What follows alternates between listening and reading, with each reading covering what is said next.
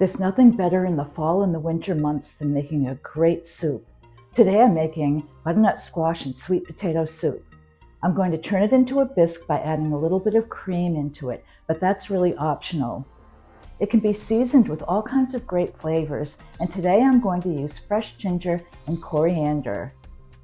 You could even add some curry powder to this if you'd like. Please enjoy the video. If you haven't had a chance to subscribe to my channel yet, please do. I would really love it. You'll see the ingredients listed below in the description box, and you'll see the full recipe at Diane's World Cooking on Facebook. Have a great day.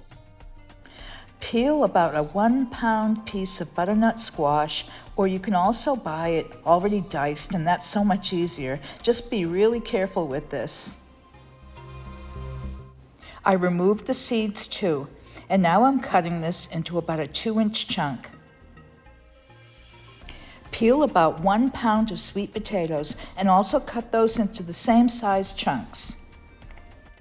So put them aside, and now we're going to chop an onion into a large dice. I'm cleaning the skin off of the fresh ginger. I like to use a spoon and I push it off with the spoon, but you can also peel it too. Add your chopped onion to about 2 tablespoons of olive oil, or you could use butter or a neutral oil. After I got my onions nice and soft and caramelized, I added the butternut squash and sweet potato, and now I'm adding 4 cups of chicken stock. I brought the soup to a light boil and I cooked it for about 20 minutes, and now everything is soft, the squash and the sweet potato, so I'm ready to puree it. I'm using an immersion blender. This is the best bet, especially when your soup is really hot. You could use a blender, but if you do, make sure that you cover the top of the blender really tight. So take your immersion blender and dip it in, turn it on, but do not lift it up, or you will get sprayed with all of that hot liquid. Make sure that your burner is off. You don't want to drag that cord underneath and into the burner. And now just keep pureeing till it's totally smooth. It doesn't take that long. Isn't this beautiful? I'm washing the wand of the immersion blender. It snaps right off, so it makes it really easy. The soup is really smooth, so now I want to add some salt and pepper just to season it.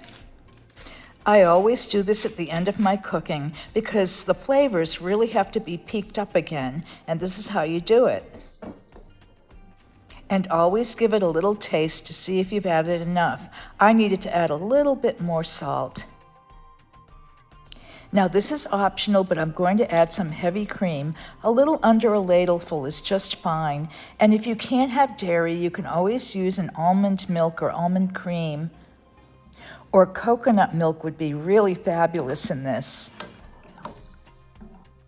I'm doing another taste, and I think I'm going to add just a little bit more cream after tasting it.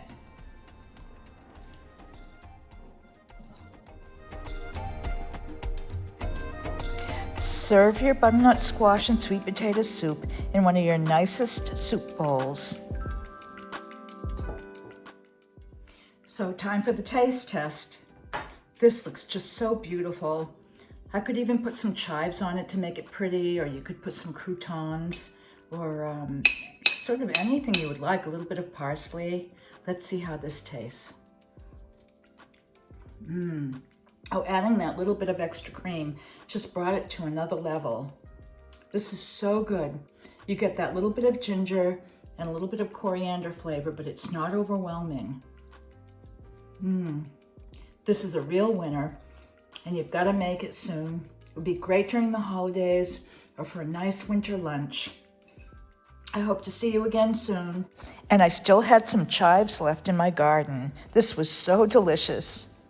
Thanks so much for watching, and I hope you get to watch another one of my videos really soon.